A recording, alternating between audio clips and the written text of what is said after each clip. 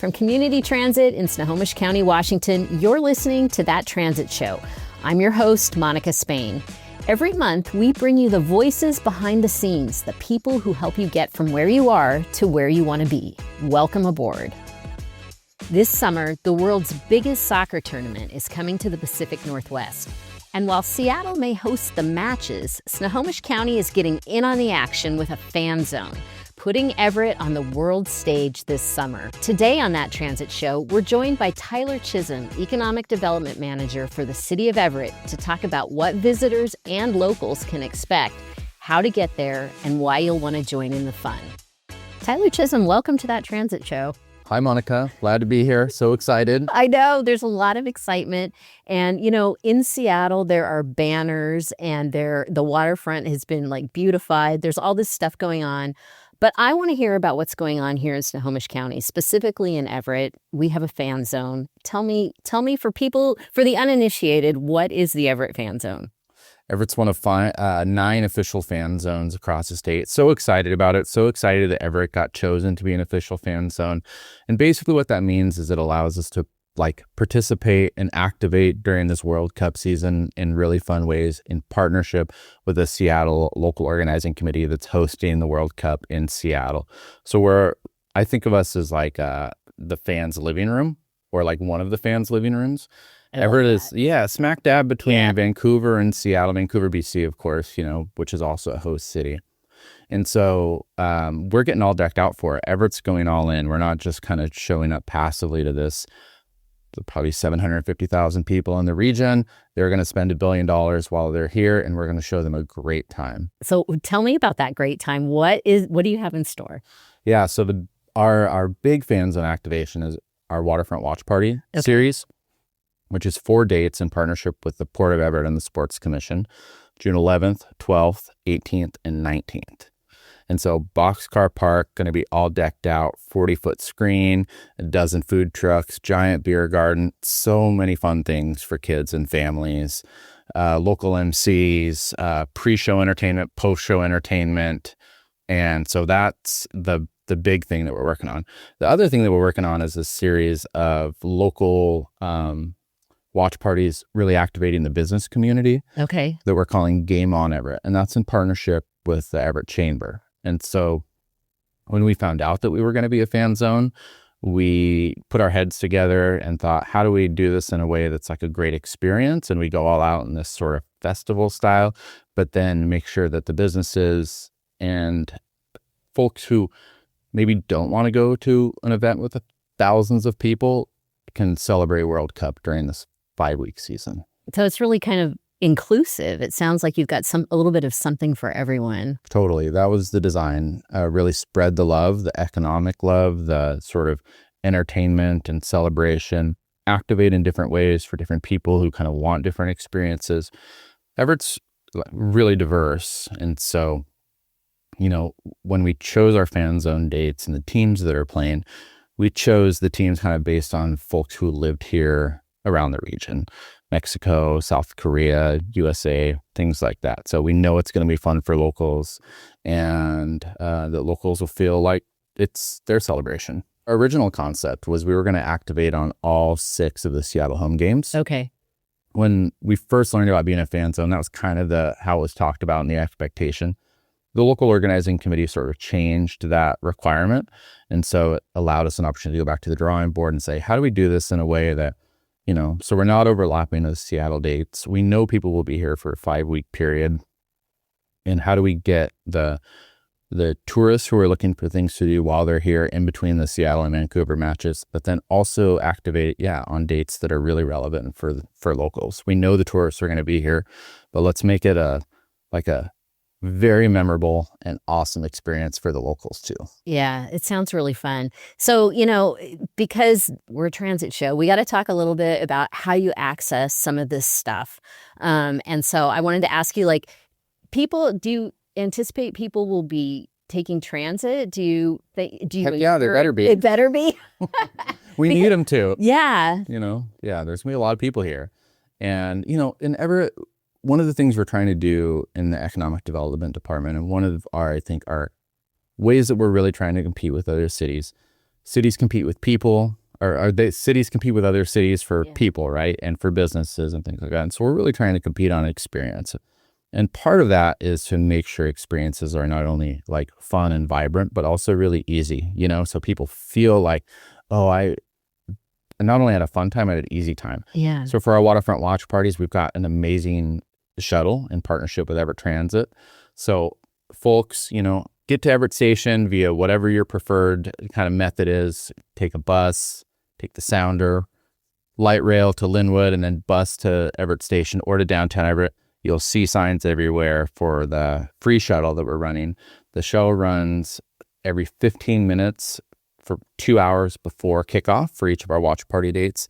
And then after the matches, it runs every 5 minutes to get people back to their car. Okay, and that's courtesy of back to Everett Transit. Totally, yeah. Everett Transit are like the real heroes for this. They put so much thoughtful work, and our Everett Police Department too, obviously with all the safety stuff. But yeah, I love Everett Transit, and they do this for a lot of our city events, Sorticulture, 4th of July, and so we're all about making things easy. And what I'm telling people is if you want a pre-funk or post-funk in downtown Everett, totally do it, because every stop on Hewitt will be signed watch party shuttle. And there's a lot of options too. There's people may be taking the Sounder, people may be taking light rail and then connecting to community transit to get to Everett Station. We have quite a few routes that run there. So I think if people go to, if they want shuttle information, they can go to everetttransit.org. It's right there on the homepage. You can go to Community Transit's trip planner on our website. Yeah. And you can figure out how to get there, because, there are things going on in other cities. There's something going on in Mill Creek. They have their festival. We have at the Linwood Library, I know they're going to be having an event. And there are things going on in other parts of Snohomish County. But it sounds like really, if you want to be in the thick of it, Everett is a really great opportunity. Yep. Everett is a great opportunity. Everett's where it's at, but we're super collaborative with everything else that's going around the county. One thing that's interesting about World Cup visitors, people who visit from kind of outside of the country, so international visitors, is they book their trips like within 2 weeks of the match dates.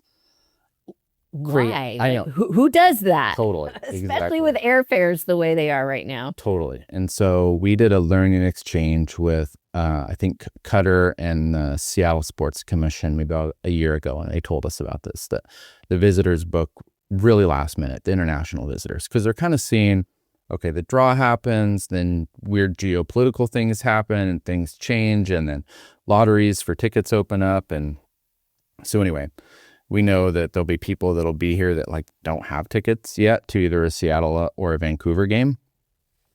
But we want to show that we want them to have like the quintessential PNW experience.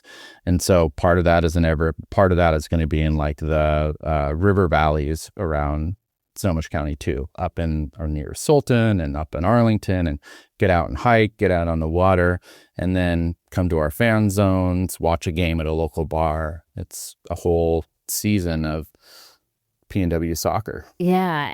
And for people who don't have a ticket to go to one of the Seattle matches, like, don't despair, right? Like there's stuff to do here. But that's another thing I wanted to bring up. I've heard that they're really discouraging people from going down to what used to be Lumen Field, what they're calling Seattle Stadium for the soccer tournament, because there are going to be layers and layers of security. And I think you can't buy a ticket down there. Isn't that right?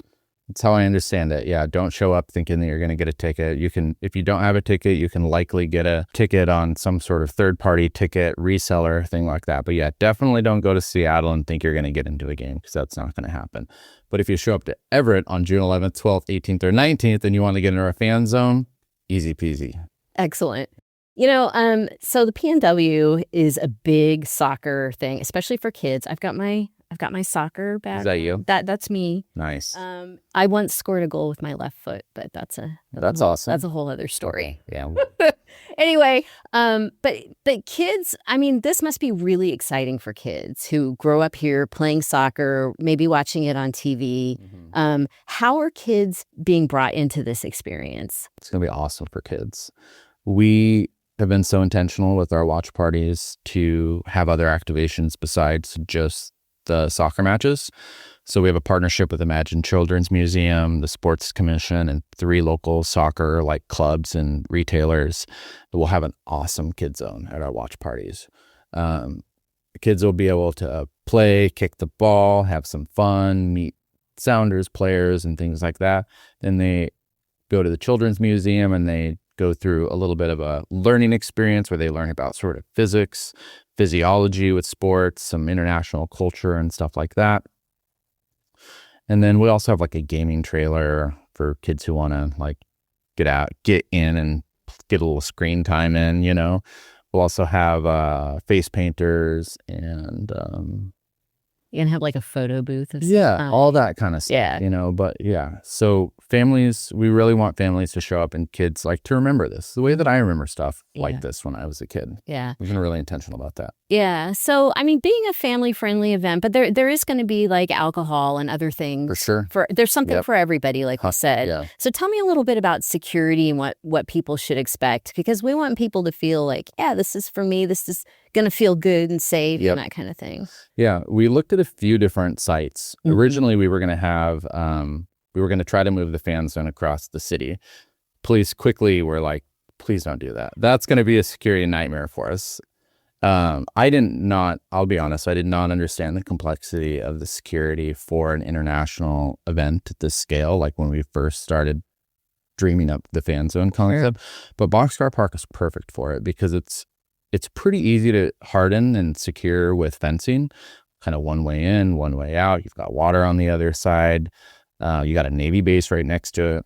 It's also really beautiful. It is gorgeous. So it's like the best, it's not only safe, but it's also just really, really beautiful.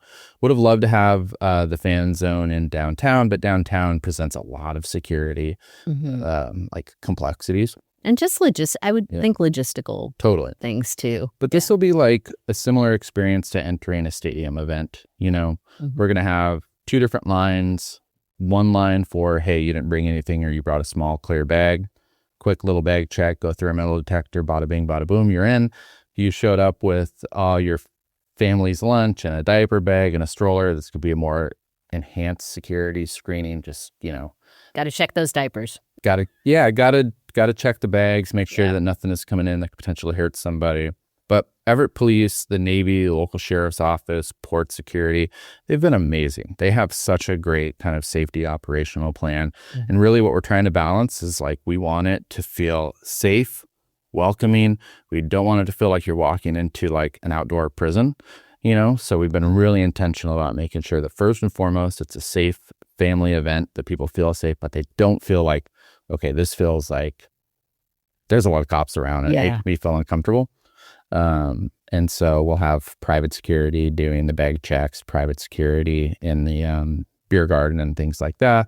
And then the local PD kind of around the perimeter and roving and out in the water and flying drones overhead. Sure. To watch for stuff. But yeah.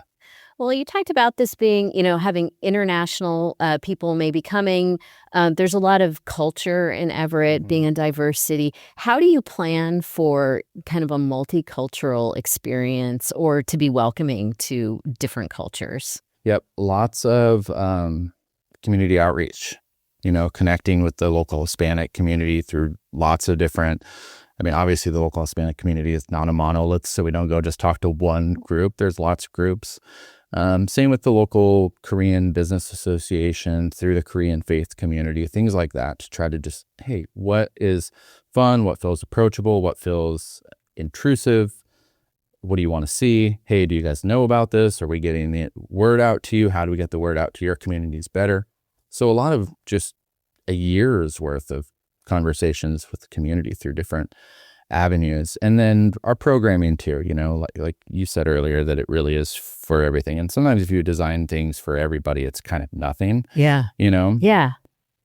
And this is not going to be like that. We were really intentional. We've got, the family stuff set up, and we've got our cultural programming. We'll have local heritage arts groups during halftime, for example, things like that.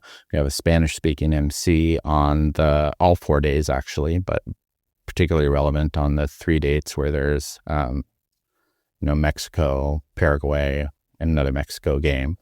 And then, things like that. On our 6 p.m. kickoff games, we'll have post-show entertainment, headlining bands, really. And so on one of the dates, we have Grizzled Mighty, which is like a local rock and roll band for like people who want to drink beer and rock and roll. Yeah. And then we have this amazing band from California called Tropica Magica. They're like this psychedelic, rock and roll band, but they're Mexican.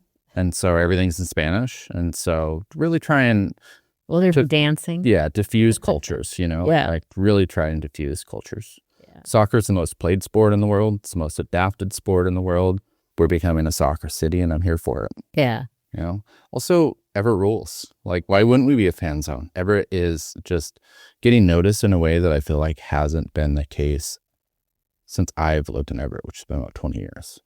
Tyler, if people want more information, where do you recommend they look? Do you have a website, or what's your... Oh, yeah. Visit everett.com/World Cup. Super easy. You'll find everything there with waterfront watch parties.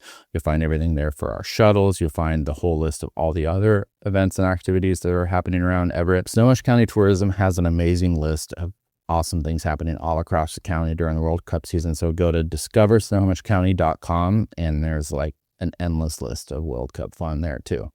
And great hikes and places to eat in the county and fun little rural communities to visit. It's a great little website. Well, Tyler, I can't wait to come out and hopefully see you there. Yeah. And I'll be there. We'll be taking transit. Thanks so much for being on That Transit Show. Yeah, really appreciate being here. This has been That Transit Show from Community Transit. Be sure to subscribe and follow That Transit Show and listen wherever you get your podcasts. I'm Monica Spain. Thanks for being here. We'll see you at our next stop.